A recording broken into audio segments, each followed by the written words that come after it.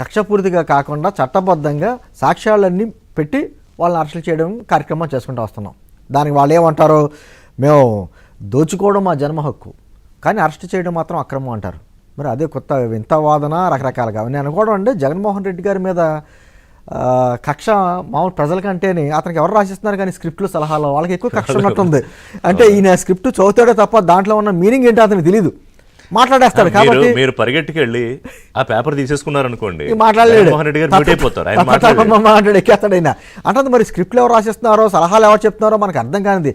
నిన్న జరిగిందే పెద్ద ఉదాహరణ.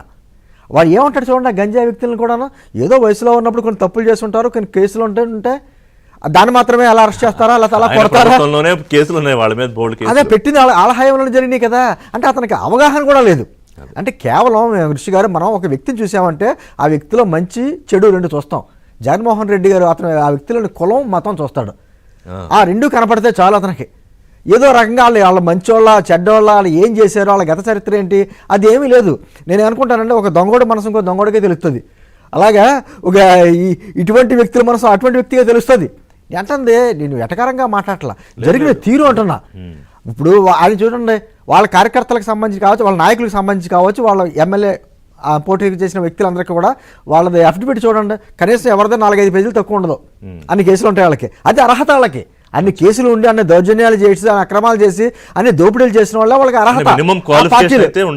మరి ఆయనదేమో పెద్ద బుక్ ఉంటుంది కదా, ఆ సైజులో బుక్ ఉండకుండా కనీసం ఒక 5-6 పేజీలు అయినా అఫిడవిట్ ఆయన మీద కేసులు ఉన్నాయి, ఆయన బెయిల్ మీద ఉన్న విషయం కూడా మర్చిపోయాను. అంటే చంద్రబాబుని తీసుకొస్తారా ఇంకోళ్ళు తీసుకొస్తారా అంటాడు. అంటే మీరు అన్నట్టు ఆయన మానసిక స్థితి, దానికి ఏదైనా మన సైకాలజిస్టులు ఎవరైనా చెప్పాలి తప్ప మనం చెప్పలేం, నిపుణులు చెప్పాలి. అంటే అది ఇప్పటికీ కూడా అంటే పదే ఎందుకు చెప్తున్నామంటే ఖచ్చితంగా గెలుపు ఓటములు రాజకీయాల్లో ఉంటాయి, గెలుపు ఓటములు ఉంటాయి. కానీ ఓటమి తర్వాత కూడా ఇంకా ప్రజలే తప్పు చేశారనే విధంగా మాట్లాడడం.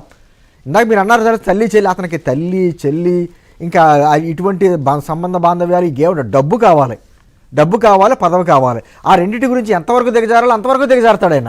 అలా దిగజారడానికి అర్హత ఉన్న వ్యక్తులందరినీ ఒక పక్కన పెట్టుకుంటాడు.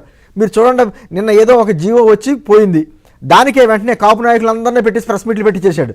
మా అంబటి రాంబాబు గారు అంటాడు, ఆయన ఏంటంటారో సుందరానికి తొందర ఎక్కువ అన్నట్టుగాను ఎప్పుడు ప్రెస్ మీట్ పెడదామా అని పరిగెత్తుకొచ్చేసి ప్రెస్ మీట్ పెట్టేస్తూ ఉంటాడు ఆయన ప్రతిదానికి. గతంలో కూడా అధికారంలో ఉన్నప్పుడు కూడా ప్రెస్ మీట్కి అతను ప్రెస్ మీట్ వీరుడు. ఇప్పుడు మళ్ళీ నిన్న కూడా వచ్చేసాడు ఆయన, ఏదో జరిగిపోతుందని. అంటే ఇప్పటికైనా ప్రజలు నిత్యం గమనిస్తున్నారంటే, గతంలో గ్రామాల్లో కూడా పోలీస్ స్టేషన్లు ఎక్కడ పనిచేసినాయా, ప్రైవేట్ పోలీస్ స్టేషన్లు పనిచేసినాయి.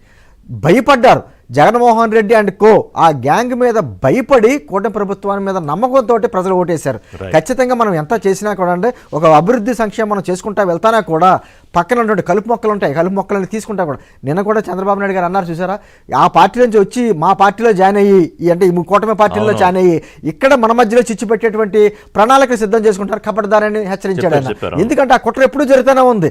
ఫేక్ ఐడీలు క్రియేట్ చేసి సోషల్ మీడియాలో జనసేన టీడీపీ బీజేపీగా మాలో మాకే అల్లర్లు పెట్టడం, కుట్రపూర్తిగా చేయడం, కలవకూడదని విశ్వ ప్రయత్నం చేశారు. అదే కలిసాక తట్టుకోలేక ఇప్పటికీ కూడా అదే కుట్రలు జరుగుతున్నాయి. ఫేక్ ఐడీస్ తో క్రియేట్ చేస్తున్నారు, పార్టీల్లో చేరి ఏ విధంగా మనల్ని నాశనం చేయాలని. కానీ ఖచ్చితంగా ఏమంటామంటే ప్రజాస్వామ్యబద్ధంగా ఈ కలుపు మొక్కలన్నీ ఏరిపారేస్తాం.